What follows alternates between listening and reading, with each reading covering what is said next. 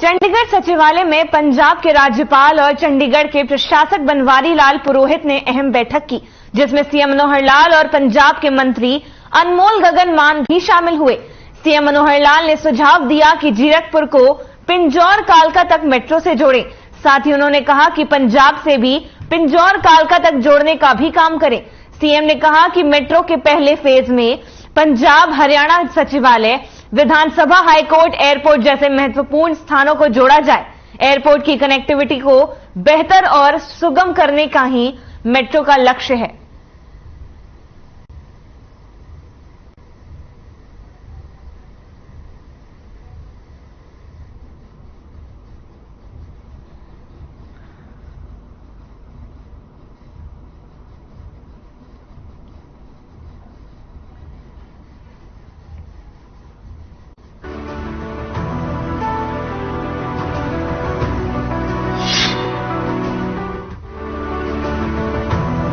CM Manohar Lal ने देश के पहले सीडीएस जनरल बिपिन रावत को उनकी जयंती पर याद करते हुए नमन किया। उन्होंने लिखा कि एक महायोद्धा की तरह जिएं और महायोद्धा की तरह कर्तव्य पथ पर वीर गति भी प्राप्त करें। पद्म विभूषण भारत के प्रथम सीडीएस जनरल बिपिन रावत की जयंती पर उन्हें विनम्र नमन। सेनाओं के आधुनिकीकरण, कौशल विकास और रक्षा राजनीति को लेकर निरंतर सुदृढ़ करने से उनके प्रयास सदैव याद रहेंगे।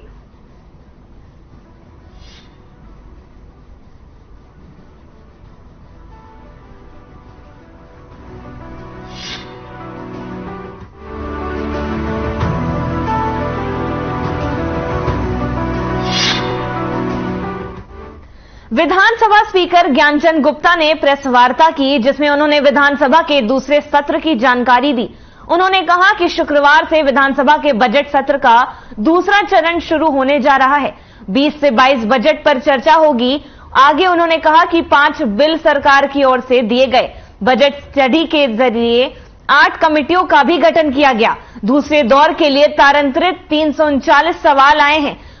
गैर तारंकित 185 सवाल आए हैं, जिनका ड्रॉ हो चुका है।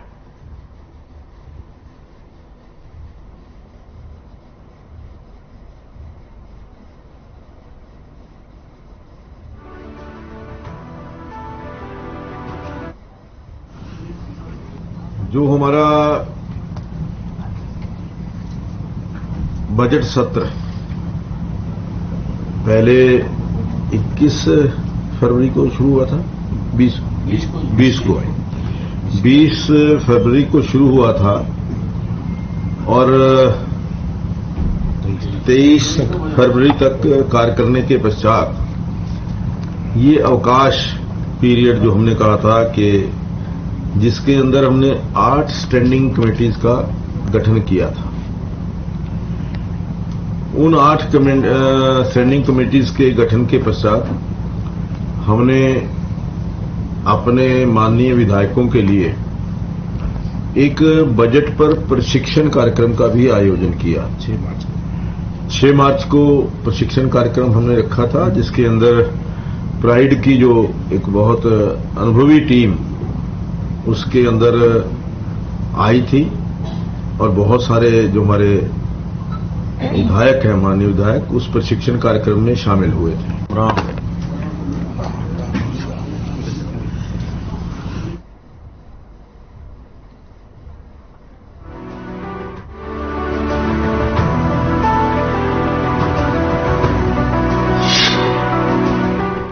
किसान नेता गुरनाम सिंह चढ़ूनी ने आज अनिल विज से उनके निवास पर मुलाकात की। गुरनाम सिंह चढ़ूनी के साथ किसानों का प्रतिनिधिमंडल भी साथ था। किसान नेता गुरनाम सिंह चढ़ूनी और गृह मंत्री विज के बीच लगभग आधा घंटा मुलाकात हुई। चढ़ूनी ने इस दौरान अंबाला शामली हाईवे पर भूमि अधिग्रहण के मुआवजे सहित किसानों के अन्य मुद्दों को लेकर विज से चर्चा की। विज ने भी किसानों को उनकी समस्या का उचित हल निकाले जाने का आश्वासन दिया।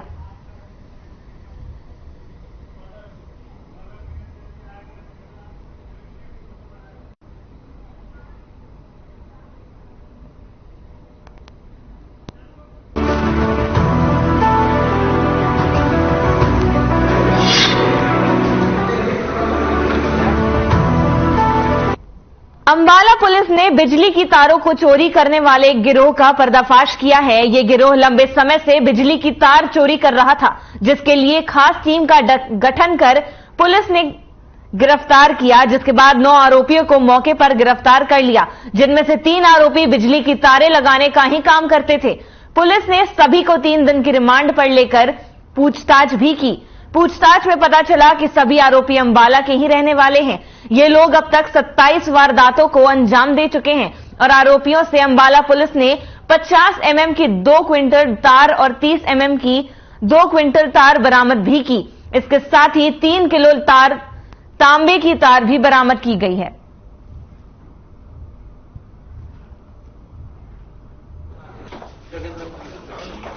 दो 3 महीने से हमारे को कंप्लेंट्स मिल रही थी।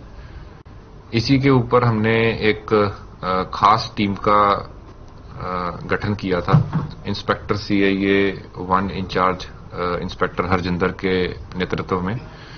तो उसी पर काम करते हुए हमारी CIA 1 की टीम को काफी एक बड़ा गिरोह उनके हाथ लगा। इसमें हमारे द्वारा टोटल 9 आरोपियों को, इस गिरोह के 9 आरोपियों को हमारे द्वारा गिरफ्तार किया गया।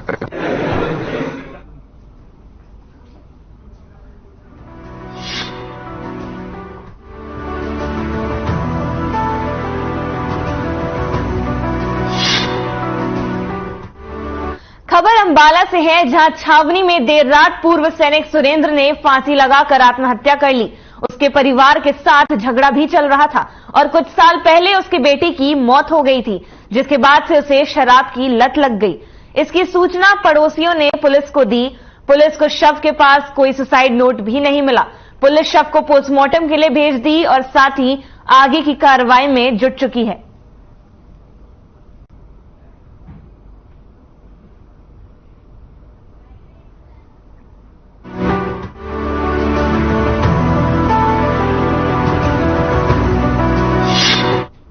सुसाइड कर लिया रिश्तेदार को। मौका पे पहुंचे, मौका पर उनकी बिटिया मिली है, जो प्रारंभिक पूछताछ पे यही बताया गया कि वो थोड़ा शराब वगैरह पीने के आदी थे और फिलहाल यहाँ पर वो अकेले रहते थे। उन्होंने किन्हीं अज्ञात कारणों से सुसाइड कर लिया है।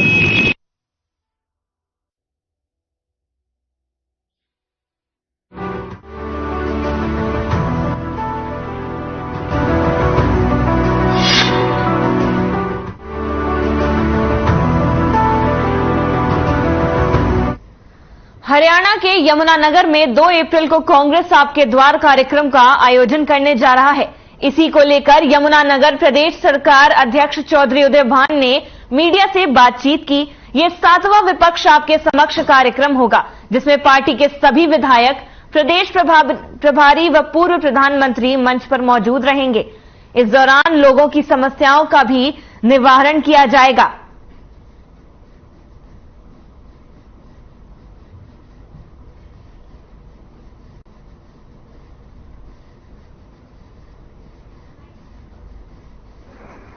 ना टीचर है, जो इंफ्रास्ट्रक्चर चाहिए वहां पर कोई नहीं है। ना पर कमरे हैं, ना वहां पर मेजें हैं, ना वहां पर कोई बेंच है बच्चों को बैठने के लिए, कोई स्टेशनरी नहीं, कोई वहां पर लाइब्रेरी नहीं, कोई लेबोरेटरी नहीं।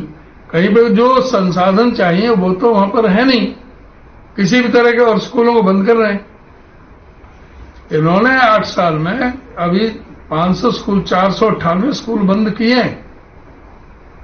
तो ये इस तरह के जो स्कूलों को बंद करने में लग रहे हैं। अस्पताल में जाओ तो वहां डॉक्टर नहीं है, बुरा हालत हो रही है, और सबको डंडे से हाँक रहे हैं। भ्रष्टाचार अपना चरम सीमा पर है। बंद कर दो। ना तो वहां पर टीचर है, ना टीचर है, जो इंफ्रास्ट्रक्चर चाहिए वहां पर कोई नहीं है। ना पर कमरे हैं, ना वहां पर मेजें हैं, ना वहां पर कोई बेंच है बच्चों को बैठने के लिए, कोई स्टेशनरी नहीं, कोई वहां पर लाइब्रेरी नहीं, कोई लेबोरेटरी नहीं। कहीं पर जो संसाधन चाहिए वो तो वहां पर है नहीं किसी भी तरह के, और स्कूलों को बंद कर रहे हैं। इन्होंने 8 साल में अभी 500 स्कूल, 498 स्कूल बंद किए हैं। तो ये इस तरह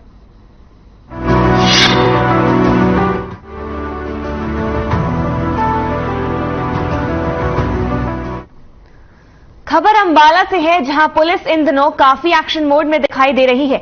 आपको बता दें कि महिला पुलिस ने फुटपाथ पेट्रोलिंग करते हुए अवैध अतिक्रमण करने वालों पर भी शिकंजा कसा और बाजारों के बीच में वाहन खड़े करने वालों के चालान भी काटे। इस दौरान महिला थाना एसएचओ ने बताया कि आज उनके द्वार फुटपाथ पेट्रोलिंग की गई, जिसमें लोगों को क्राइम के प्रति जागरूक भी किया गया और अवैध अतिक्रमण करने वालों पर कार्रवाई भी की गई।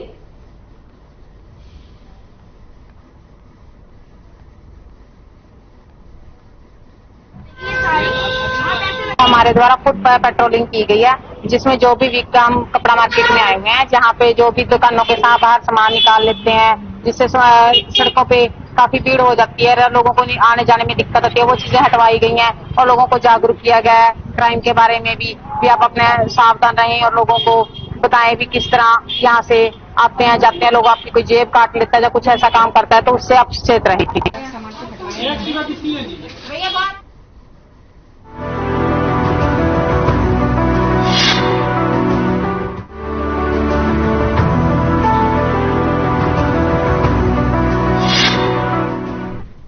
देश भर में हर साल कई बच्चे चाइल्ड ट्रैफिकिंग का शिकार होते हैं और अपने परिवारों से हमेशा के लिए बिछड़ जाते हैं।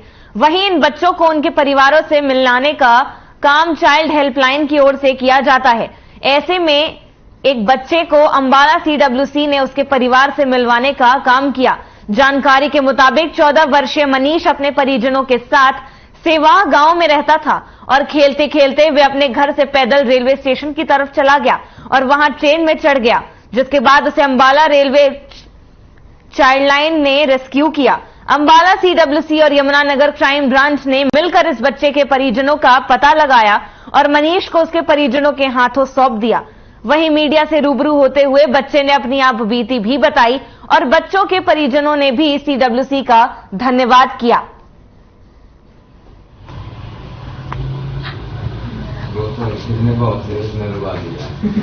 तो पहले ही बाल राधा कृष्ण आश्रम है जो नारायणगढ़ में, उनके काउंसलर ललित जी, उनका फोन आया था कि हमारे यहाँ एक बच्चा रह रहा है मनीष नाम का और जो अपना पता बता रहा है कि सिवा गांव पानीपत का। तो मैंने फोन के माध्यम से ही मनीष की काउंसलिंग की तो उसने अपना जो बेसिकली पता है वो यूपी का बताया, लेकिन उसने बताया कि मेरे मम्मी पापा है जो मेहनत मजदूरी का काम करते हैं सिवा गांव में। तो बच्चे ने जब सिवा गांव का बताया तो मैंने वहाँ जो लोकल प्रशासन था वहाँ की हेल्प से वहाँ के सरपंच का नंबर लिया। तो सरपंचों ने मेरे को चौकीदार का नंबर दिया, तो चौकीदार ने इसकी फैमिली को सर्च करके इसके पिताजी लाला राम से मेरी बात करवा दी। तो लाला राम जी ने बताया कि मेरा बेटा 11 फरवरी से 4 दिन पहले इस गांव से निकला हुआ था कि वो खेलते खेलते घर से निकल गया था, लेकिन हमें नहीं पता वो कहाँ है। के बाद खेल रहा था, खेलते खेलते स्टेशन पे आ गया, ट्रेन आ गई, ट्रेन पे बैठा अंबाला उतर गया। अकेले हमारा बेटा मनीष कुमार खो गया है। मैं उसको 4 तारीख से मैं उसको ढूंढ रहा हूँ, मेरे को कहीं पता नहीं चला। मेरे को पता चला जब क्राइम ब्रांच सुरजीत सिंह ने हमको सिवा गांव के चौकीदार के पास फोन किया, तब हमको पता चला। तो मैं यमुनानगर सुरजीत सिंह ने जब फोन किया चौकीदार को, तब मैं यहाँ अंबाला सिटी में मेरे बालक को सुरजीत सिंह ने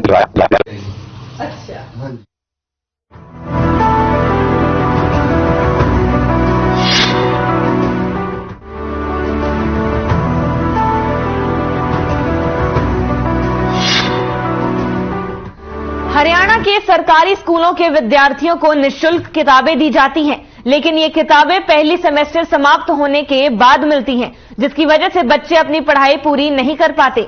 पिछले वर्ष ये मामला काफी चर्चा में आने के बाद शिक्षा मंत्री कंवरपाल गुर्जर ने दावा किया था कि नए सत्र से किताबें पहले दिन बच्चों को मिल जाएंगी। अब इस घोषणा पर अमल शुरू हो चुका है। प्रदेश के 8वीं कक्षा तक के विद्यार्थियों के लिए किताबें विभिन्न जिलों में पहुंच चुकी हैं। यमुनानगर में भी 50,000 विद्यार्थियों के लिए किताबों के सेट आ चुके हैं। यमुनानगर जिला के छछरौली में एक सेंटर बनाकर इन किताबों को रखा गया है।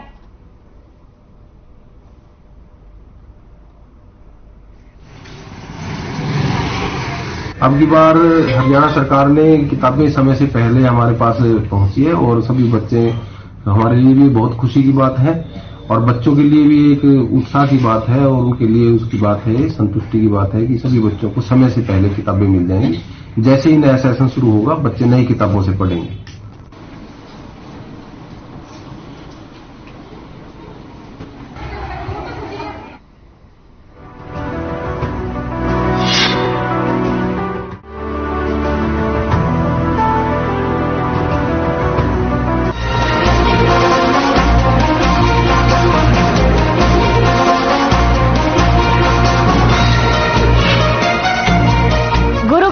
स्वतंत्रता सेनानी भवन में कष्ट निवारण समिति की बैठक हुई, जिसमें 17 समस्याओं पर सुनवाई भी हुई और मौके पर ही 14 समस्याओं का निवारण कर दिया गया। आपको बता दें कि कृषि मंत्री जेपी दलाल ने इस बैठक की अध्यक्षता की और गुरुग्राम के अधिकारियों को नसीहत भी दी कि वे अच्छा काम करेंगे तो उन्हें इनाम भी मिलेगा और गलत करेंगे तो कानूनी कार्रवाई भी की जाएगी। इस दौरान कृषि मंत्री जेपी दलाल ने कांग्रेस पर जमकर निशाना साधा और कहा कि कांग्रेस मुद्दों की बात नहीं करती बल्कि लोगों को मुद्दे से भटकाती है। विदेशी धरती पर देश का अपमान करना बहुत गलत बात है। भारत देश के अंदर सभी लोगों को बोलने का अधिकार है, लेकिन किसी को अधिकार नहीं कि वे विदेशी धरती पर देश का अपमान करे। कांग्रेस सदन में मुद्दे की बात नहीं करती और मीडिया में रहने के लिए बेवजह माहौल बनाने की कोशिश करती है।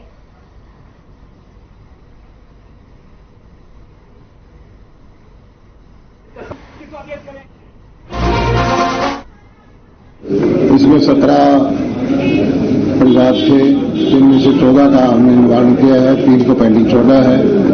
और इस मीटिंग में हमने ये भी फैसला किया है कि ज्यादातर शिकायतें गुड़गांव के अंदर एमसीजी से संबंधित है, तो एक मीटिंग हम अलग से अधिकारी और जनता की पब्लिक व्यू से सुनने के लिए एमसीजी के अधिकारियों को बुला के अलग से करेंगे और वाइड पब्लिसिटी करके जितने भी एमसीजी की शिकायतें हैं उसकी सुनवाई करेंगे।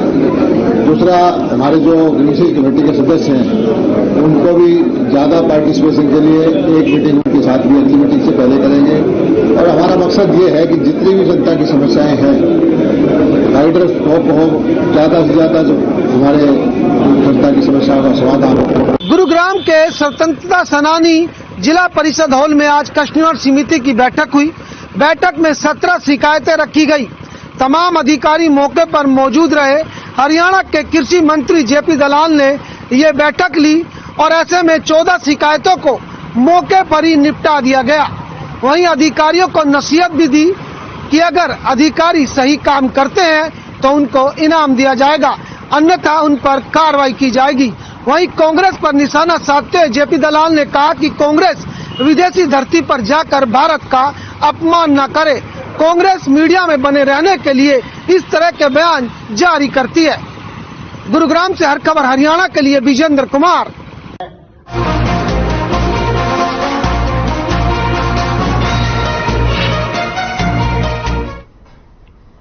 तो गुरुग्राम से इस वक्त की बड़ी खबर आ रही है, जहां सीएम फ्लाइंग की रेड। सुशांत लोक जैन पान व्यापार केंद्र पर रेड। भारी मात्रा में प्रतिबंधित ई सिगरेट बरामद।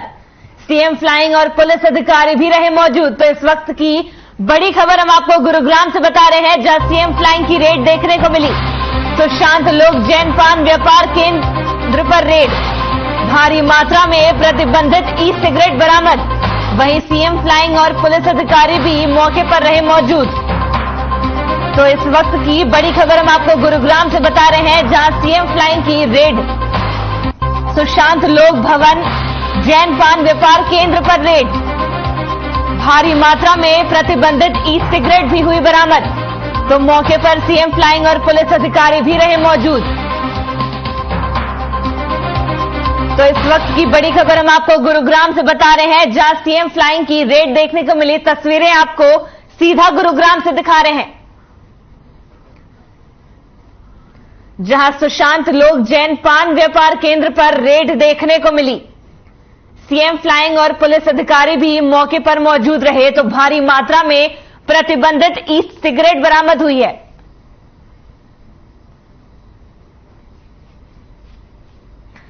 तो गुरुग्राम से इस वक्त की बड़ी खबर हम आपको बता रहे हैं, जहां सीएम फ्लाइंग की रेड देखने को मिली।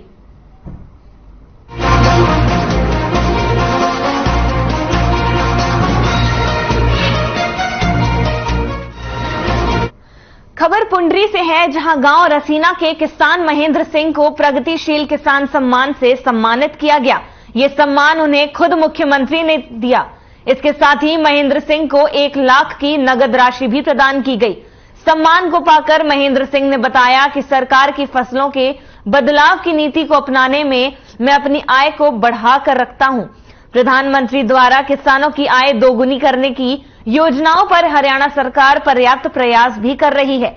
किसान महेंद्र सिंह ने आगे कहा कि किसानों को भी आग्रह किया कि सरकार की योजनाओं पर अमल जामा पहनाया जाए व सरकार की योजनाओं का लाभ भी उठाया जाए। उन्होंने कहा कि जब सरकार द्वारा जल बचाओ योजना बनाई गई थी, उस समय रिसर्च सेंटर मेरे खेत को ही बनाया गया था और सन 2009 से लेकर आज तक मैं सरकार की नीतियों का जमकर फायदा भी उठा रहा हूं।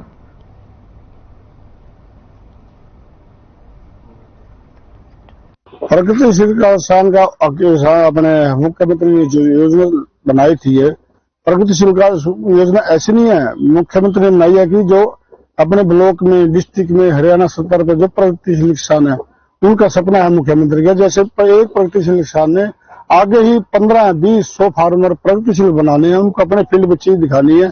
अगर आगे 20 प्रगतिशील बनाने में 50 बनाने पड़ेंगे, आगे बनेंगे 100 से आगे बनेंगे, एक चैन सिस्टम बनेगा जिससे खेती का भी तजर्बा मिलेगा, उनकी आय दोगुनी होगी।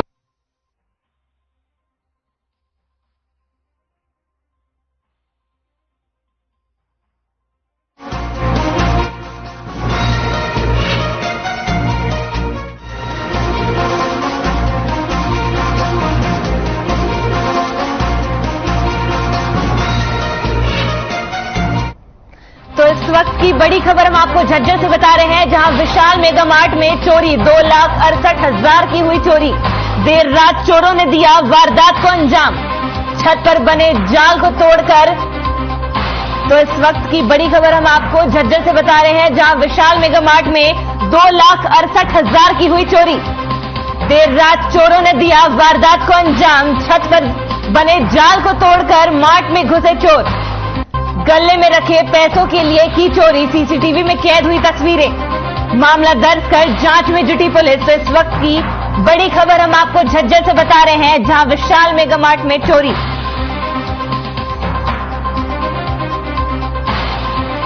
$2,68,000 की हुई चोरी। देर रात चोरों ने दिया वारदात को अंजाम, छत पर बने जाल को तोड़कर मार्ट में घुसे चोर। तो तस्वीरें आपको झज्जर से दिखा रहे हैं, जहां पर विशाल मेगा मार्ट में हुई चोरी, सीसीटीवी में कैद हुई तस्वीरें। मामला दर्ज कर जांच में जुटी पुलिस।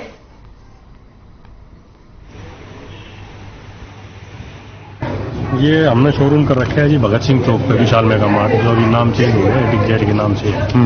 कल रात को समय का नहीं बता सकते कितना है, लेकिन वहाँ चोरी हुई है तकरीबन 3.25 लाख रुपए। कुछ पैसे लेके गए हैं और कुछ सामान चोरी किया है, पीछे से जाल तोड़ के और वो अंदर घुसे। कितने सारे दूर जगह हो गया,